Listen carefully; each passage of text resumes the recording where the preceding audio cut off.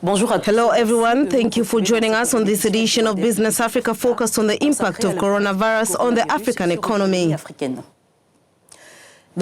Coming up, we begin with the threat of coronavirus on African airlines. Figures show a considerable decline in the number of flights to China.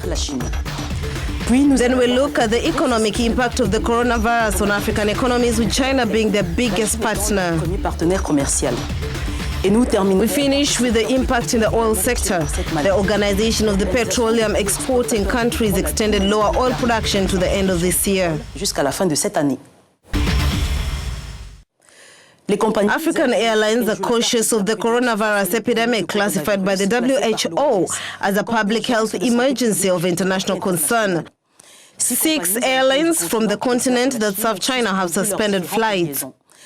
For the time being, only Ethiopian Airlines, which operates more than half of the flights to China, has maintained flights to the country, which is increasingly under quarantine due to the current situation. Serge Kofi and Ignatius Anor report. Just how long will it take to contain the spread of the deadly coronavirus disease appears to be the question airline CEOs in Africa are grappling with as the suspension of flights to China enters week 2. The national carriers of Rwanda, South Africa, Mauritius, Seychelles, Morocco and Kenya suspended flights within hours of the World Health Organization designating the coronavirus a public health emergency. 8 African carriers operate direct flights to Beijing. With China's strong trade and investment relationships with Africa, airlines have been making brisk business shuttling passengers and cargo between Beijing, Shanghai, Guangzhou and the continent. Ethiopian Airlines is so far the only significant African airline flying to China, albeit with reduced flights owing to lower booking and cancellations. Observers say the effect of flight suspensions will be felt beyond airline balance sheets. Resource-rich African countries will soon feel the pinch too, as Chinese demand is expected to fall sharply. To discuss further, Abdirahman Bati, the CEO of the Association of African Airlines, joins us from Nairobi, Kenya. Hello, Mr. Bath, and welcome to Business Africa. Hello. Mr. Bath, what is the impact of the flight restriction to China for the aviation industry for companies in Africa? It is a bit difficult to have figures, but it is clear that before the virus came, there were more than 100 flights a week from Africa, and more than half of them were operated by Ethiopian Airlines. Virtually all the airlines have suspended their operations to China. It is clear that the cancellation of flights for the airlines has an obvious consequence on the revenues of these airlines, since it implies a lack of income.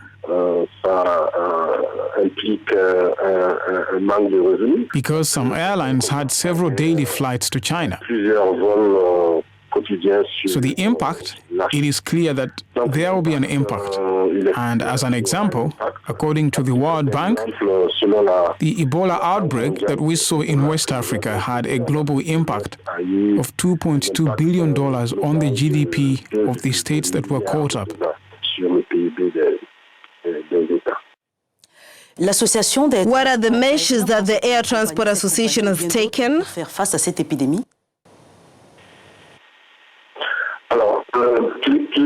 So there are several elements of response. First of all, it is clear that there are still passengers coming from China today, which poses a real risk of the spread of the virus. Having said that, it is not only Ethiopian Airlines that has kept its flights to China. On the other hand, preventive measures have been recommended to the states. These measures include, for example, temperature tests at airports and protective kits for agents working in airports. And these instructions have been applied in Ethiopia by the state and by the airline. And I must say that today, when we take stock, there are 2 continents that are more or less spared by this disease for the moment. It is South America and Africa. at Afra, we're participating in a working group set up by IATA, and we're keeping abreast of the situation every day because, as you know, every day we have new information on the disease and its evolution.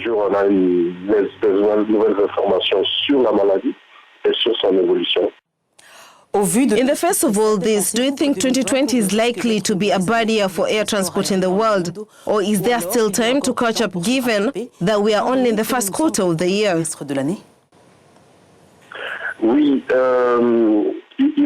Yes, it is very, very difficult today, as I was saying, to evaluate the impact even at the international level. The good thing is, I think that international response to the outbreak has been swift and serious. Having said that, it is clear to me that there will be an impact from this disease because today, Africa trades a lot with China. So it's clear to me that the coronavirus is going to mean a reduction in that trade activity between Africa and China.